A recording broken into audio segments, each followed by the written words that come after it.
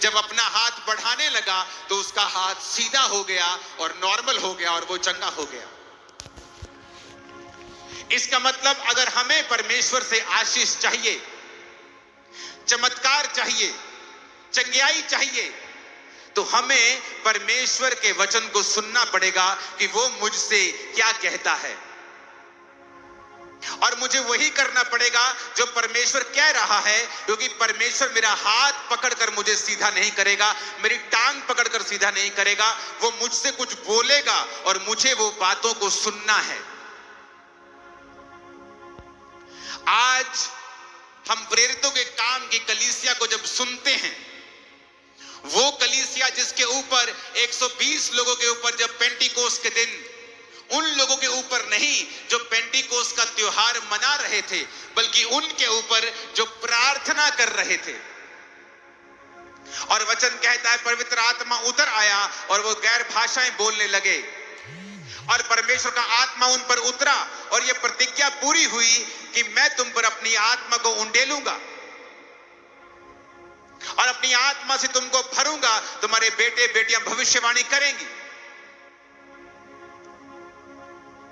और जब बाइबल कहती है वो लोग आत्मा से भरे, प्रेरित आत्मा से भरे, और फिर वो चमत्कार होने लगे, चंगाइयां होने लगी।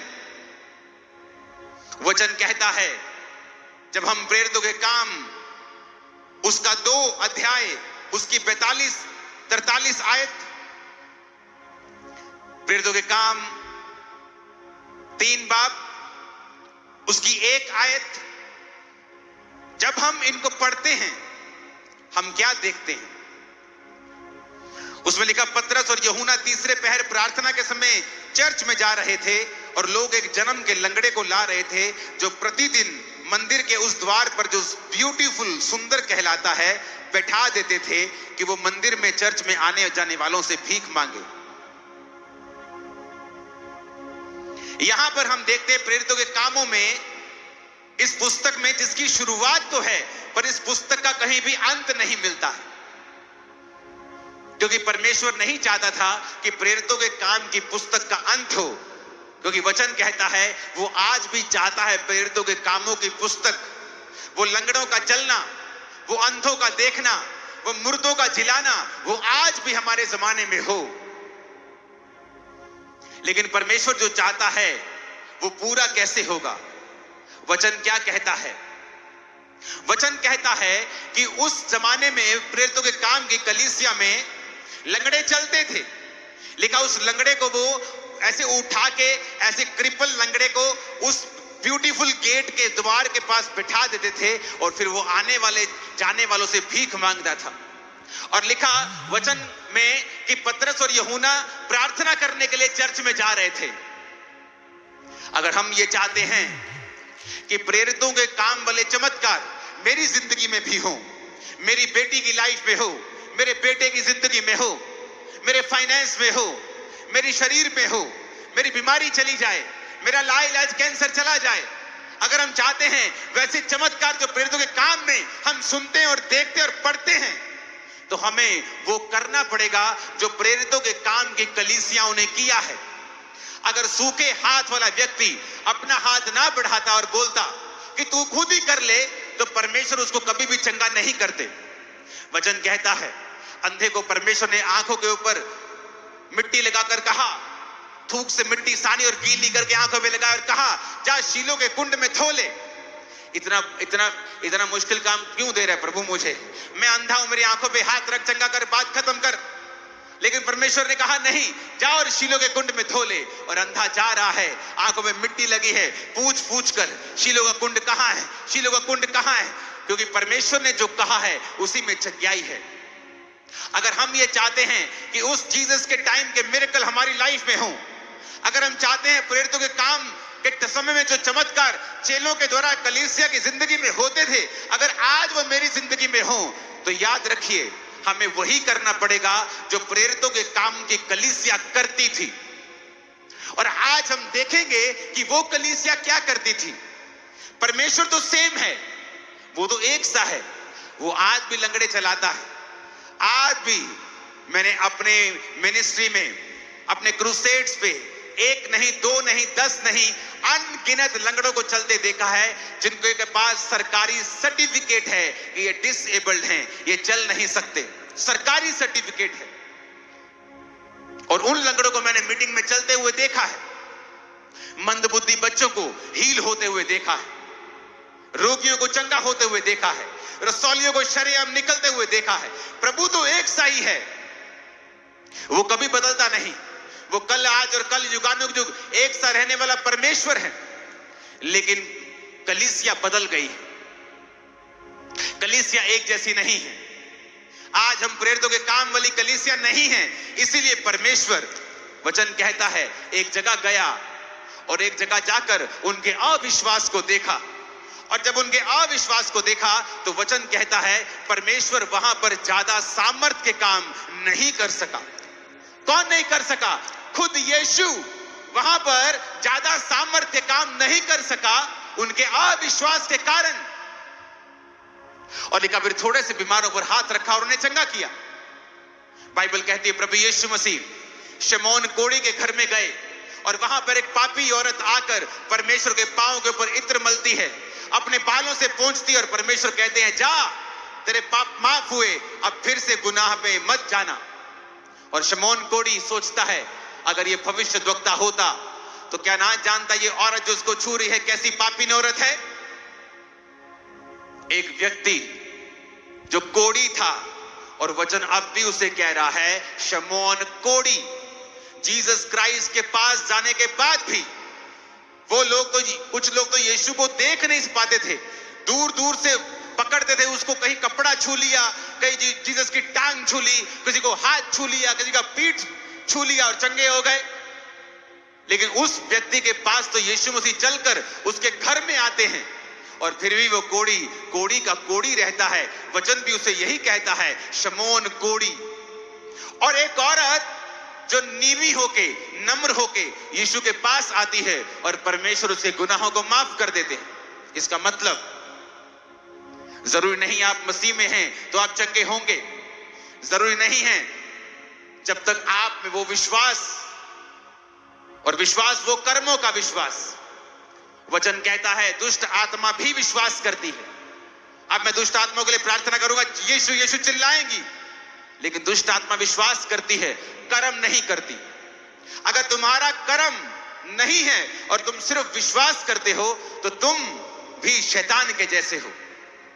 और परमेश्वर को आपकी लाइफ में काम करने के लिए आपके विश्वास की जरूरत है, जो कर्मों से आप दिखाते हैं कि यीशु मैं तुझ पे विश्वास करता हूं। अब हम अगर चाहते हैं प्रेरितों के काम वाले चमत्कार हमारी जिंदगी में भी हो, वो काम जो प्रेरित करते थे कलीसिया देखती थी, अपनी जिंदगी में उसे ग्रहण करती थी, मेरी जिंदगी में भी हो, तो हमें भी वैसी ही कलीसिया बनना पड़ेगा जैसी कलीसिया प्रेरितों के काम वाली कलीसिया थी। प्रेरित कैसे थे? वचन कहता है 3:1 में पतरस और यूहन्ना तीसरे पहर प्रार्थना के समय, ऊंची आवाज में कहो प्रार्थना का समय। मेरी आवाज आपसे कम होनी चाहिए, आपकी ज्यादा होनी चाहिए, पीछे तक आप बैठे हो। बोलो प्रार्थना का समय। 3 बार बोलो प्रार्थना का समय, प्रार्थना का, प्रार्थना का। वहां पे पतरस और यूहन्ना लंगड़े को चलाने बिल्कुल नहीं गए थे, वो तो प्रेयर करने के लिए जा रहे थे।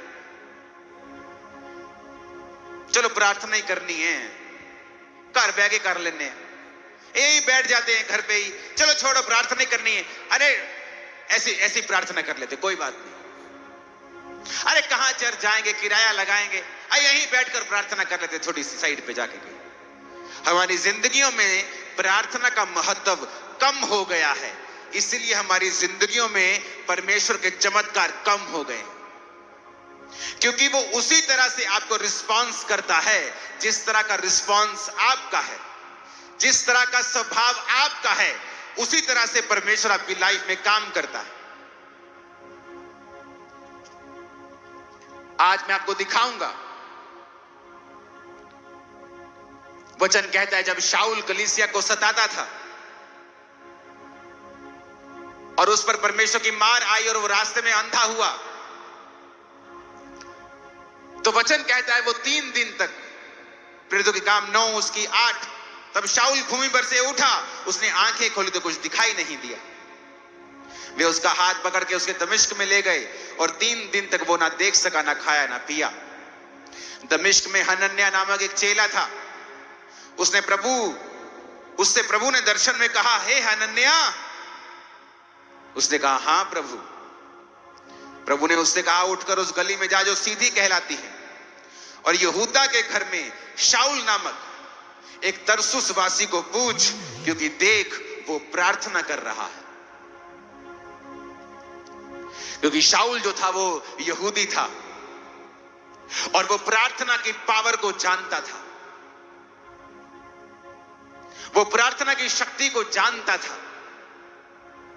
और वचन कहता है जब वो बैठकर प्रार्थना कर रहा था, उपवास सहित प्रार्थना कर रहा था, तो परमेश्वर को हिलना पड़ा और परमेश्वर ने अपने चेले से कहा, हे हनन्याह, उठ, जो सीधी गली कहलाती है उस गली में जा, जो सीधी कहलाती है, स्ट्रेट जा और उस गली में जाके पूछ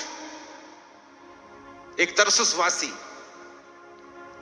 क्योंकि देख, अपने पड़ोसी को बोलो, देख वो प्रार्थना कर रहा है। पतरस और यूहन्ना तीसरे पहर मंदिर में, चर्च में जा रहे हैं, किस लिए? प्रार्थना करने के लिए। और रास्ते में उनको लंगड़ा मिलता है और वो उसको चला देते हैं। प्रार्थना का महत्व, प्रार्थना की इंपॉर्टेंस कितनी है आपकी जिंदगी में? क्या मायने रखती है प्रार्थना का जीवन आपकी लाइफ में? पूरी प्रेरितों के काम की कलीसिया पढ़ो, पूरा प्रेरितों के काम क्या क्या हुआ। जहां जहां प्रार्थना हुई है वहां परमेश्वर ने मूव किया है। जहां जहां प्रेयर हुई है परमेश्वर ने वहां पे शिरकत की है। जहां जहां प्रार्थना हुई है परमेश्वर ने वहां वहां अपने दर्शन दिए हैं। जहां जहां प्रार्थना हुई है वहां वहां परमेश्वर ने लोगों को चंगा किया है। और जिन्होंने सिर्फ विश किया है, काश मैं चंगा हो जाता, काश परमेश्वर मुझे चंगा कर दे, काश मैं भी अमीर होता, काश मेरी जिंदगी में ये दुख ना होता, वो उसी दुख में पड़े रहते हैं, क्योंकि जिंदगी आपको वो नहीं देती जो आप डिजर्व करते हैं। जिंदगी आपको वो देती है जिसके लिए आप फाइट करते हैं। और वचन कहता है, परमेश्वर ने कहा, हनन्याह तुझे जाना होगा। कहता, प्रभु मैंने उस विषय में सुना है, ऐसे बंदे के विषय में, ये बंदा जो जिसकी तू बात कर रहा है ना, ये बांध बांध के लोगों को मार रहा है, मैंने सुना है। जीसस ने कहा, जा, ये मेरी ओर से ठहराया गया है, क्योंकि वो अब मेरा प्रचारक बनेगा। और वचन कहता है वो गया और उस पर हाथ रखा, आंखों से छिलके गिरे और वो देखने लगा। ऊंची आवाज में कहो आमीन। कुरनेलियस नामक एक व्यक्ति प्रार्थना कर रहा था और वो बड़ा दान देने वाला आदमी था। जब प्रार्थना कर रहा था तो दूत उसके सामने खड़ा हो गया कि जा और फलाने फलाने शहर में एक चमड़े का धंधा करने वाला व्यक्ति है, उसके पास पतरस आया है, उसको बुलवा ले। पतरस प्रार्थना कर रहा था उधर, और प्रार्थना करते करते उसे भूख लगी और वो प्रेयर करता करता बेसुध हो गया। और परमेश्वर ने दर्शन देके कहा, जा, 3 मनुष्य ये तेरी खोज में आए हैं, ये मनुष्य जा और उनके साथ उस नगर में कुरनेलियस के घर में जा, उनको प्रचार कर।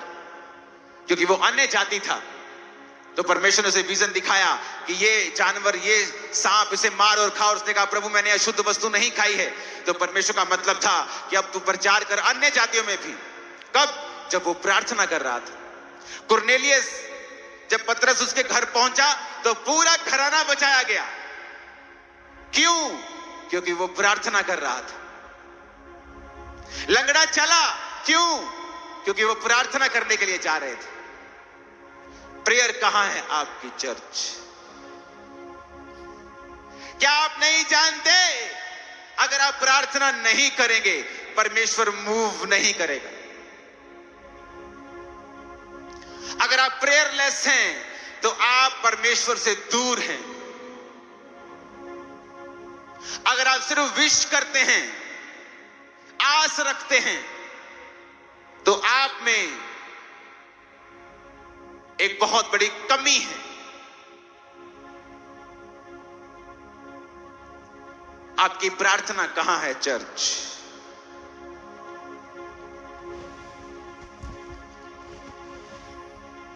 वो जो बोले बंधन खोले, जकड़े छूटे,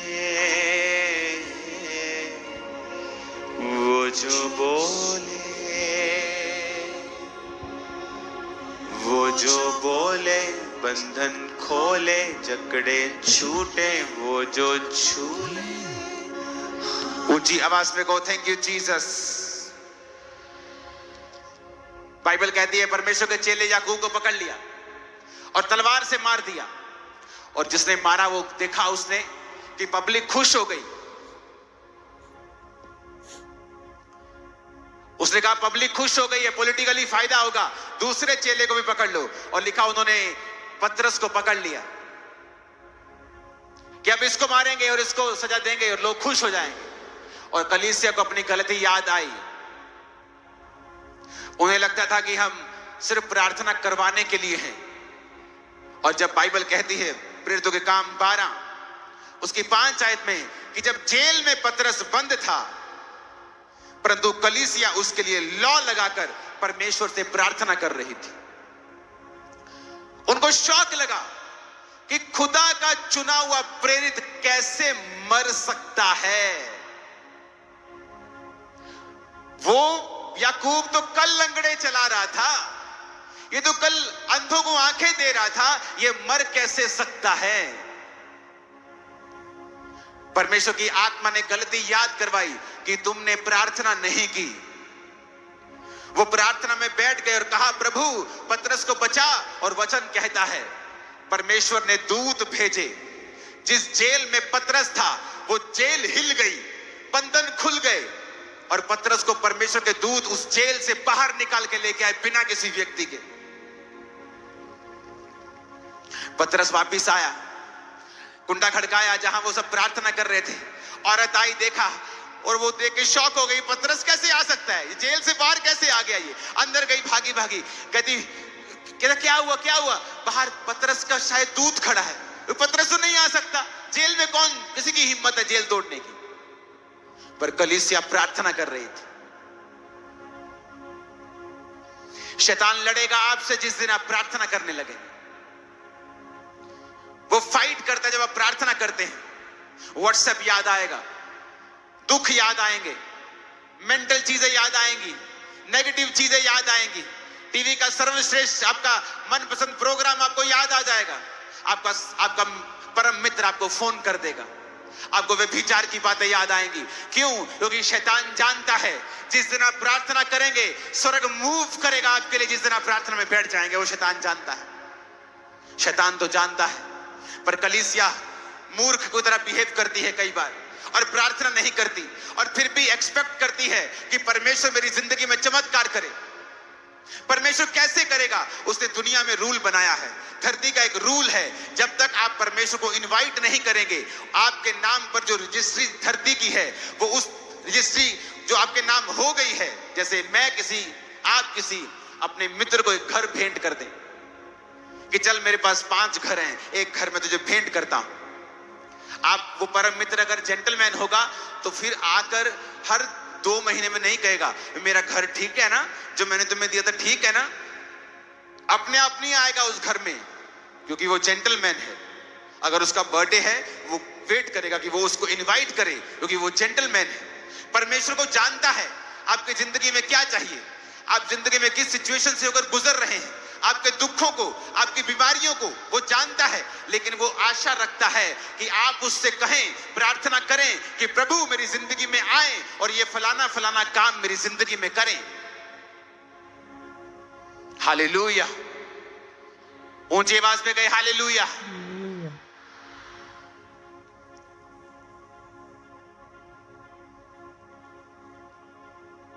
क्योंकि आप जहां उसको इनवाइट करेंगे वो आएगा। पौलुस बाइबल कहती है प्रार्थना करने के लिए शहर के बाहर जा रहा था और वहां पर एक औरत उसको मिलती है जो बड़ी धनी थी, प्रभावशाली, और वो बड़े ध्यान से वचन सुनती है और अपना जिंदगी प्रभु को दे देती है और उसका घराना भी बचाया जाता है। आज किन सेवकाइयों के द्वारा रूहें बच रही हैं? वो नहीं जो बहुत प्रचार कर रहे हैं, वो जो प्रार्थना कर रहे हैं और प्रचार कर रहे हैं। किन के द्वारा लंगड़े चल रहे हैं? वो नहीं जो लंगड़े चलाना चाहते हैं, वो जो प्रार्थना का महत्व अपनी जिंदगी में रखते हैं, जो प्रेयर करते हैं, वो लंगड़े भी चलाते हैं। कौन सी सेवकाइयां हैं जो रूहें बचा रही हैं बहुत ज्यादा?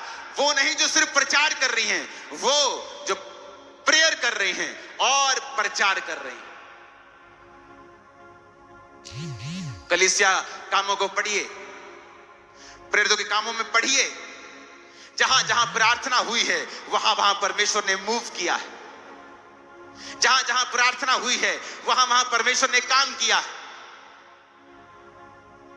जिस जिस व्यक्ति ने प्रार्थना को महत्व दिया है, प्रभु ने उसकी जिंदगी में बड़े काम किए। ऊंची आवाज में कहिए हालेलुया।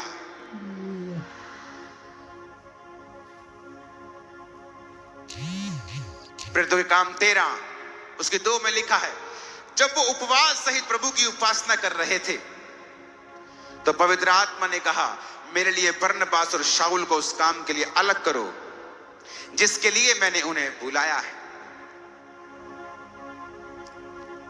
सब कहो आमीन।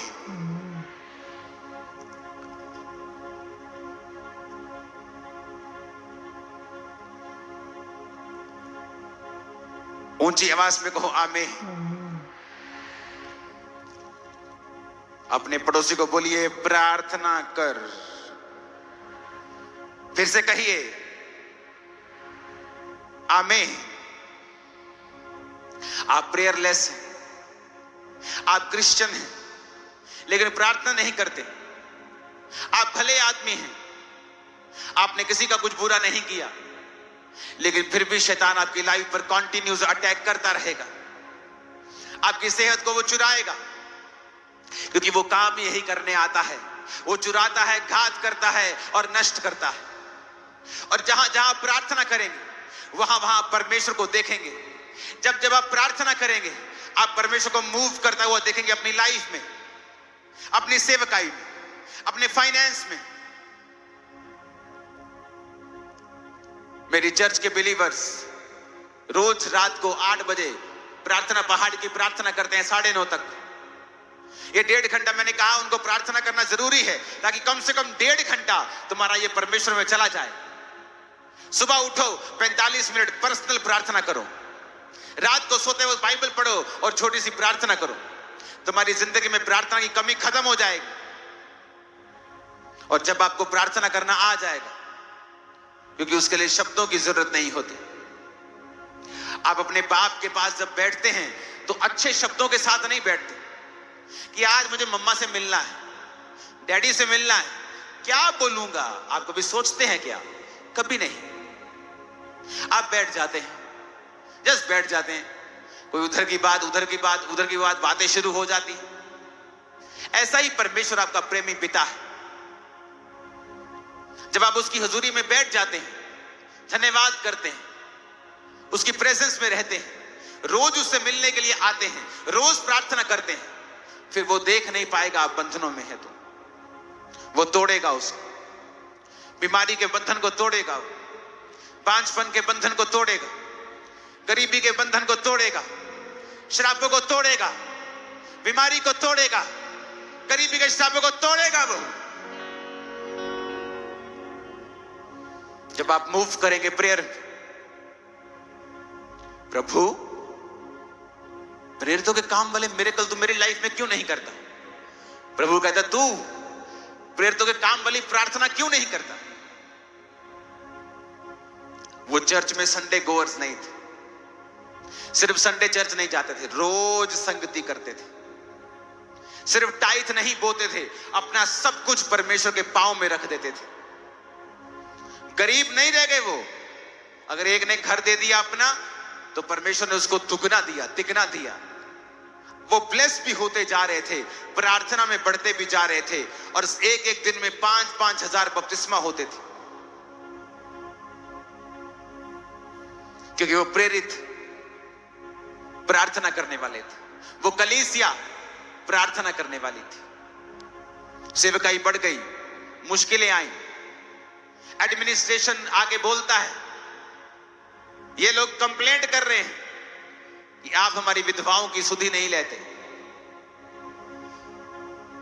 उन्होंने कहा हम अगर लंगर खिलाएंगे तो प्रार्थना कौन करेगा। उन्होंने कहा 7 मनुष्य चुन लो जो आत्मा से भरपूर हो, वो लंगर खिलाएंगे, लेकिन हम प्रार्थना और वचन की सेवकाई में लगे रहेंगे। प्रेरितों को मालूम था, अगर हम एडमिनिस्ट्रेशन में बिजी हो गए, सिर्फ लोगों से मिलने में बिजी हो गए, उनकी जरूरतों में बिजी हो गए, तो प्रार्थना अगर खत्म हो गई तो समझो सारी सेवकाई खत्म हो गई।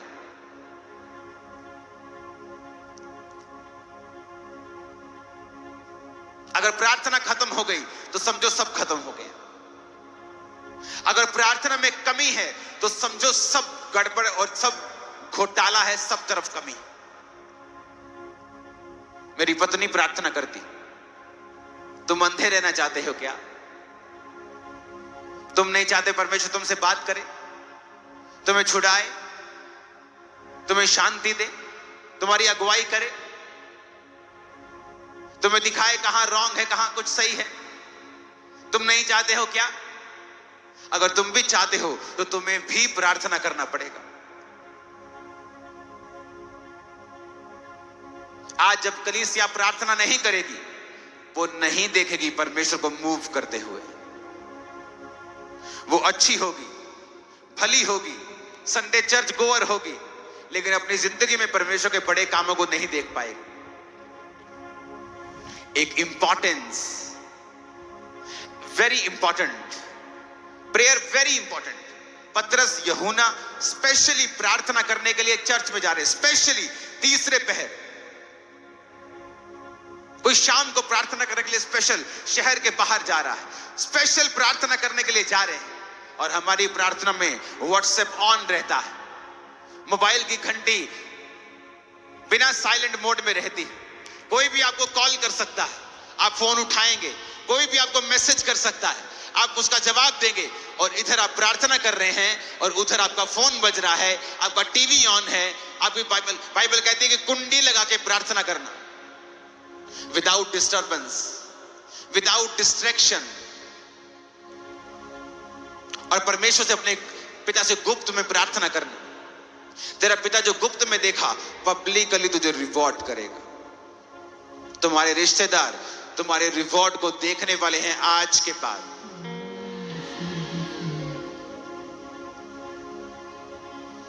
ऊंची आवाज में कहो हालेलुया, ऊंची आवाज में कहो हालेलुया। अगर आप प्रार्थना नहीं करते हैं तो समझिए परमेश्वर मूव नहीं करेगा। मूसा के दोनों हाथ ऊपर तो अमालेकी हारते थे, मूसा के हाथ थकते थे और वो नीचे आता था तो इजराइल हारता था। आप चाहे चुने हुए हैं, प्रभु ने आपको शैतान के चंगुल से निकाला है, आपने मिरेकल्स देखे हैं, लेकिन अगर ये हाथ नीचे रहेंगे तो हार पक्की है, चाहे हम जितने मर्जी अच्छे क्रिश्चियन और बुलाहट के साथ बुलाए गए क्यों ना हो।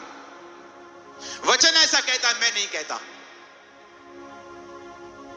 फिर आप देखेंगे शैतान आपके दिमाग पर कब्जा कर रहा है, बोझ दे रहा है आपको, फाइनेंशियली, फिजिकल, सब तरफ से बोझ आपको फील हो रहा है। जिंदगी बोझ लग रही है, काम बोझ लग रहा है, सेवकाई बोझ लग रही है। एक दिन सुबह मैं उठा और पवित्र आत्मा ने मुझसे कहा, डैनियल।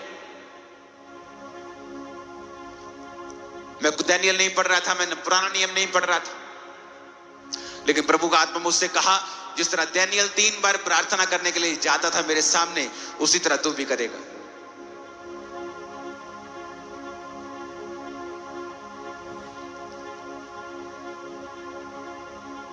अगर आपको बड़े काम करने हैं, आपको समय बिताना होगा। किसी को मालूम नहीं कि प्रार्थना का समय क्या कितना होना चाहिए, मेरी प्रार्थना कितनी है, लेकिन आज प्रभु ने मुझसे कहा मैं आपसे बात करूं सिर्फ झारखंड के पहले दिन कि 5.5 घंटे रोज प्रभु ने मुझसे प्रार्थना करने के लिए कहा। एवरी डे तुझे रोज करनी होगी, एवरी डे, रोज। आपको लगता है ये सेवकाई बड़ी है, सैकड़ों ब्रांचेस हैं, लाखों गिनती नहीं हो पाती। जब टेंट लगता है तो बोलते हैं यार क्या लगा रहे हो तुम, कैसे लोग आएंगे, ये तुम किलोमीटर में टेंट लगाते हो क्या? लेकिन जब लोग देखते हैं भरते जा रहे लोग, भरते जा रहे लोग, भरते जा रहे लोग, आते जा रहे, आप पता नहीं कहां से आ रहे। आपको लगता है कि बहुत इस पे हमने करोड़ों खर्चा किया इसकी एडवर्टाइजमेंट पे, नहीं। प्रेयर्स वो करती है जो आपका पैसा नहीं कर सकता। वो आपके हृदय में डालता है परमेश्वर। जब प्रार्थना होती है वो आपके हृदय में डालता है, चल क्रूसेड पे, चल मीटिंग में।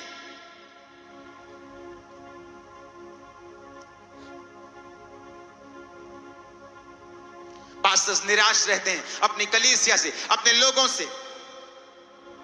परमेश्वर आपको तब तक निराश करेगा जब तक आप खुद घुटने नहीं टेक लेते रोज घंटों। और वो आपको मेक श्योर करेगा कि आप निराश रहें। लोग आपको निराश करते रहेंगे, कलीसिया टूटती रहेगी, चीजें अच्छी नहीं होंगी जब तक आप फैसला नहीं करेंगे मुझे प्रार्थना करनी है घंटों। जब मेरी चर्च में 25 लोग आते थे और जैसे ही 25 से 32 हो जाते थे तो हम बोलते थे ओवरफ्लो हो गया आज, क्योंकि उस कमरे में 25, 26, 27 लोग आते थे खींच के, और जब 5-6 एक्स्ट्रा होते थे तो कमरे के बाहर ऐसे बैठते बोलते ओवरफ्लो हो गया, आज चर्च में ओवरफ्लो हो गया। मेरी प्रार्थना तब भी उतनी थी। जब 500 लोग हुए, विजिट पे जाना है, उधर फोन आ रहा है, उधर फोन हो रहा है, परमेश्वर ने कहा नहीं, अपने आप को इतना बिजी नहीं करना कि तुम्हारी प्रेयर लाइफ खत्म हो जाए। इसलिए मेरी प्रार्थना का जीवन 2004 में मसीह में मैं आया और 2005-6 से लेके आज तक 20 साल से मेरा सेम प्रेयर लाइफ।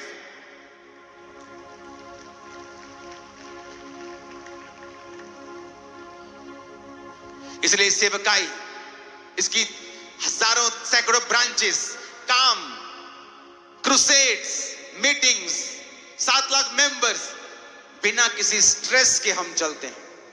सेवकाई का कोई स्ट्रेस हमारी लाइफ पे नहीं। और लोग पूछते हैं कैसे? Prayers, only prayers, only prayers. कोई बुद्धि नहीं है, कोई ताकत नहीं है, कोई बल नहीं है, सिर्फ प्रार्थना। अपने पिता के सामने बैठ जाओ रोज रोज रोज, और जिंदगी बदलेगी ना बदलेगी तो बोल देना मेरे को, बदलेगी जिंदगी। जब मेरी जिंदगी में प्रभु ने बड़े काम करने थे उस समय मेरी प्रार्थना के बाद दिन में 7 घंटे भी होती थी। मेरी टीम को मालूम होता था, मैं आता था ये प्रार्थना करते 3-4 घंटे में खिसकना शुरू होते थे कि मेरा 4 घंटे 3 घंटे हो गया, मैं चला, तू बैठ जा। इशारे करते एक दूसरे को, तू बैठ जा, मैं निकलने वाला हूं, तू हारमोनियम पकड़, मैं निकल रहा हूं, तू पकड़, मैं निकल रहा हूं। और मैं बैठा रहता था रोज बिना किसी विषय के, बैठता रोज रोज रोज। और एक समय आया, परमेश्वर ने आपके वो बंधन जो 10 साल से आपको लगता है 1 इंच भी कम नहीं हुए, एक रात चाहिए सिर्फ परमेश्वर को, और अगली सुबह आपकी होगी और टेस्टिमनी आपकी होगी। बंधन आपको देखने पर मिलेगा नहीं, नेवर, आप उसे कभी नहीं देखेंगे अपनी लाइफ में।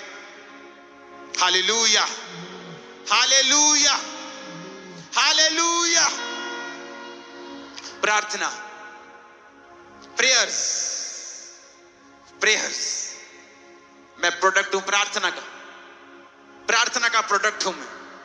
प्रेयर्स, प्रेयर्स, प्रेयर्स, प्रेयर्स, प्रार्थनाएं, प्रार्थनाएं, प्रार्थनाएं, प्रार्थनाएं रोज।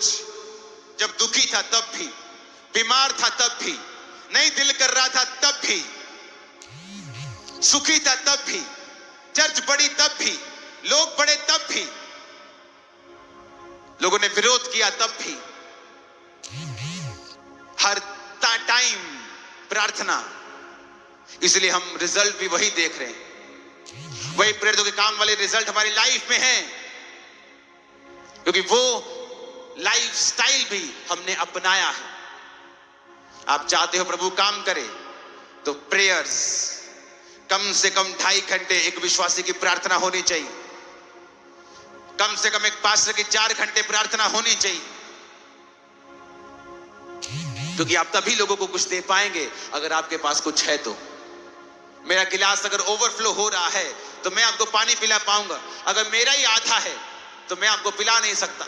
वो मेरी प्यास बुझाएगा, वो पूरी नहीं बुझाएगा। हालेलुया। मेरी प्रार्थना है आज से आप रोज प्रार्थना में बैठेंगे और खुदाबंद बड़े काम करें। खुदा ने जब मुझे फिर भेजा, अगर भेजा यहां पे, मेरी आशा है वो जल्दी भेजे। आप लोग यहां आकर गवाहियां देंगे कि उस मीटिंग के बाद मेरी प्रेयर लाइफ चेंज हुई। जब मेरी प्रेयर लाइफ चेंज हुई, आज मेरी पूरी जिंदगी बदल चुकी है।